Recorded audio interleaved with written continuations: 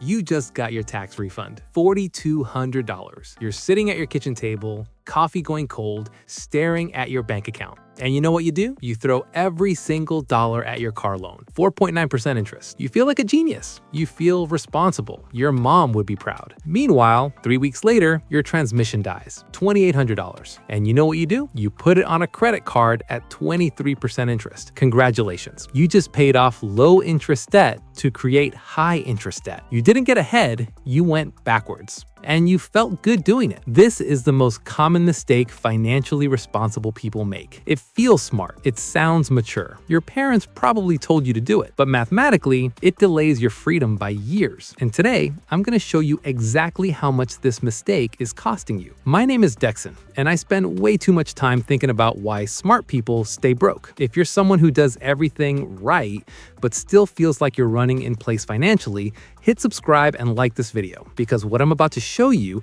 is going to make you question every piece of financial advice you've ever received. Look, I'm not here to make you feel warm and fuzzy. I'm here to show you the math that nobody else wants to talk about, the math that keeps you stuck, the math that makes banks rich and keeps you comfortable but never free. Let's get into it. Here's what they tell you. Pay off your debt as fast as possible. Debt is bad. Debt is slavery. Be debt-free. And you know what? They're not wrong, but they're not right either. Here's what they don't tell you. Not all debt is created equal. And being debt-focused before you're stable is one of the most expensive mistakes you can make. Let me paint a picture. You've got $10,000 sitting in your savings account. You've also got a car loan at 5% interest with about $12,000 left on it. And every financial guru on the internet is screaming at you. Pay off that debt. Debt is the enemy. You're losing money every day. So you do it. You take $10,000, you throw it at the car loan, and now you've got $2,000 left to pay off. You feel amazing. You post about it on Instagram.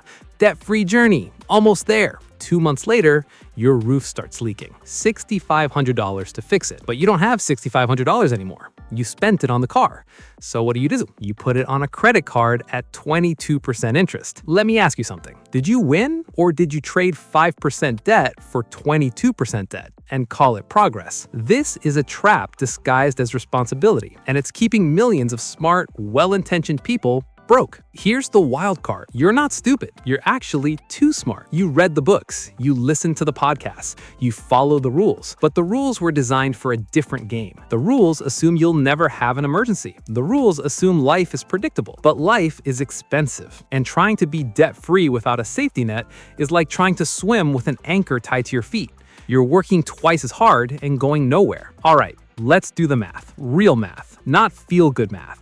Scenario A, you throw $10,000 at your 5% car loan. You save yourself about $250 in interest over the remaining life of the loan. Maybe $300 if we're being generous. That's it. That's your victory. But then the emergency hits. $6,500 on a credit card at 22% interest. You can't pay it off immediately because you just spent all your cash. So it sits there for 6 months while you scramble. In 6 months, that $6,500 costs you about $715 in interest. And that's if you're aggressively paying it down. If it takes you a year, you're looking at $1,430 in interest, maybe more. So let's recap. You saved $300 in car loan interest. You paid $715 to $1,430 in credit card interest.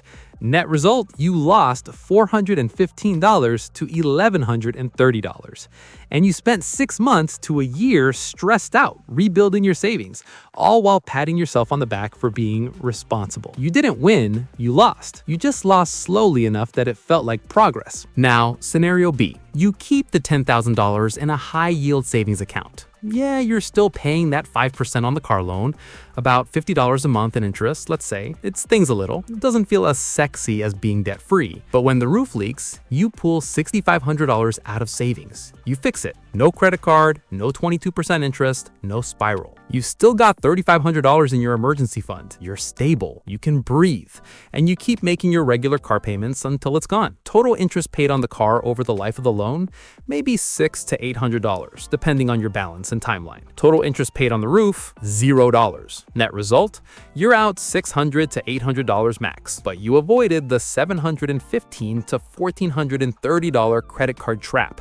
You saved anywhere from $115 to $630. And more importantly, you didn't spend the year in financial panic mode. But here's where it gets even crazier. Let's zoom out. The average American has $6,864 in credit card debt, according to Experian. The average interest rate, 22.77%. Let's say you're that person. You've got $6,864 on a credit card, and you also have $10,000 in savings and a $12,000 car loan at 5%. Most financial advice would say, pay off the credit card first. Highest interest rate wins. And yeah, mathematically, that's correct if you live in a vacuum, but you don't. You live in the real world. Here's what actually happens. You throw $6,864 at the credit card. Boom, paid off. You feel incredible.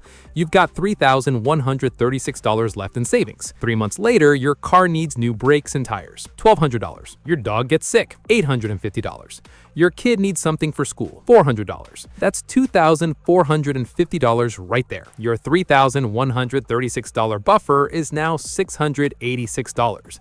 You're one broken dishwasher away from being back in credit card debt. And here's the kicker. Most people do end up back in credit card debt because they never built a real buffer. They just played whack-a-mole with their balances. Studies show that 40% of Americans can't cover a $400 emergency without borrowing or selling something. 40%. That's not because they're lazy, it's because they followed advice that prioritized looking responsible over being stable. Let's run one more scenario because I want this to hurt. You've got $10,000, car loan at 5%, $12,000 remaining, no credit card debt yet. Option 1, throw it all at the car loan, save $300 in interest. Have $0 in savings, wait for life to happen. Option 2, keep $10,000 in a high-yield savings account earning 4.5%.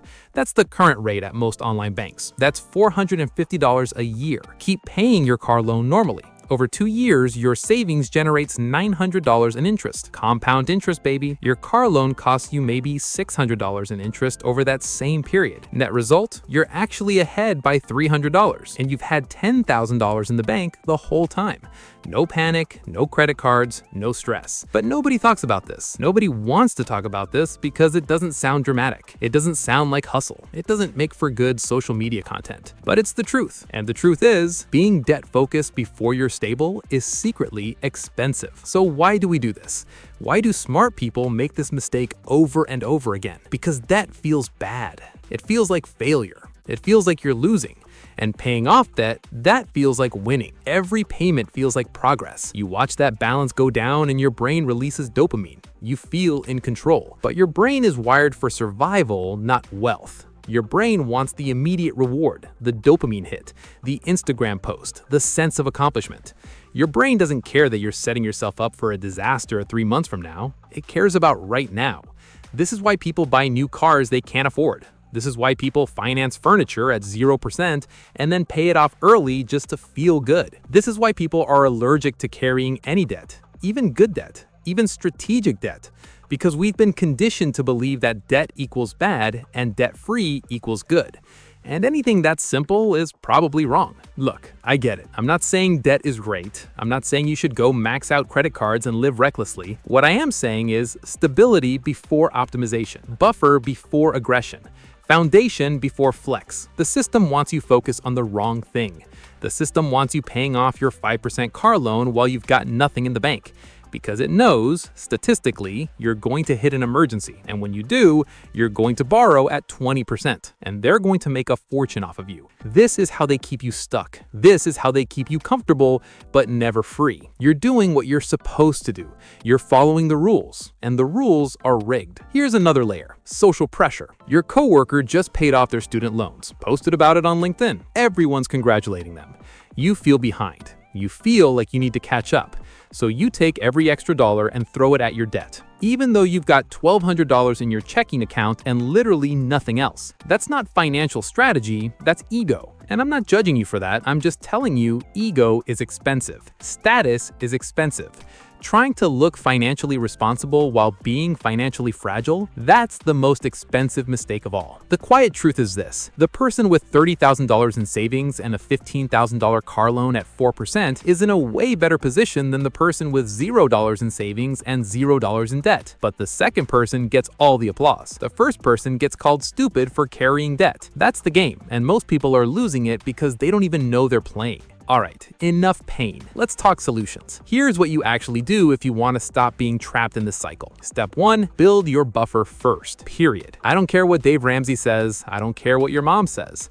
Before you aggressively pay down any debt, you need to have $5,000 to $10,000 in cash, minimum. Not invested, not in a retirement account, cash, in a high-yield savings account that you can access in 24 hours. This is your life happens fund. Car breaks down, you've got it. Medical bill, you've got it. Lose your job, you've got a couple months of breathing room. This is the foundation. Without this, you're building a house on sand. Step 2, attack debt by interest rate, not by feelings. Once you've got your buffer, then you prioritize debt. And you do it mathematically. Credit card at 22%, kill it. Personal loan at 18%, kill it. Car loan at 5%, let it ride. Pay the minimum and move on. I know it doesn't feel as good. I know you want that car loan gone, but feelings don't build wealth. Math does. Every dollar you put toward a 5% loan instead of investing it, building your business, or increasing your skills is a dollar that's working against you, not for you. Step 3, offense over defense. Here's what nobody tells you. The real game isn't paying off debt. The real game is increasing your income. If you make $50,000 a year and you've got $30,000 in debt, you can spend the next 5 years grinding, sacrificing, living on ramen, and being debt-free. Or you could spend the next 2 years building a skill, getting a better job, starting a side business,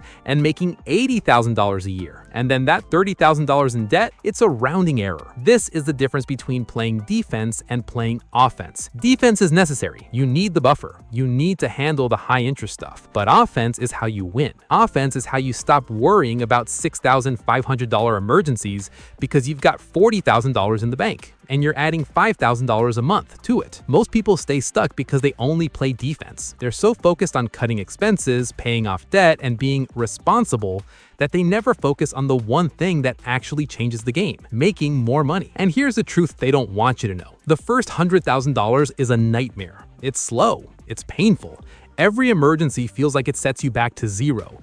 But once you're past it, once you've got $100,000 in assets, savings, investments, retirement accounts, whatever, the math does the work for you. Because at a 7% annual return, $100,000 becomes $107,000 without you lifting a finger. That's $7,000 a year. That's $583 a month, just from existing. And that compounds. Year 2, you're earning returns on $107,000, then $114,000, then $122,000.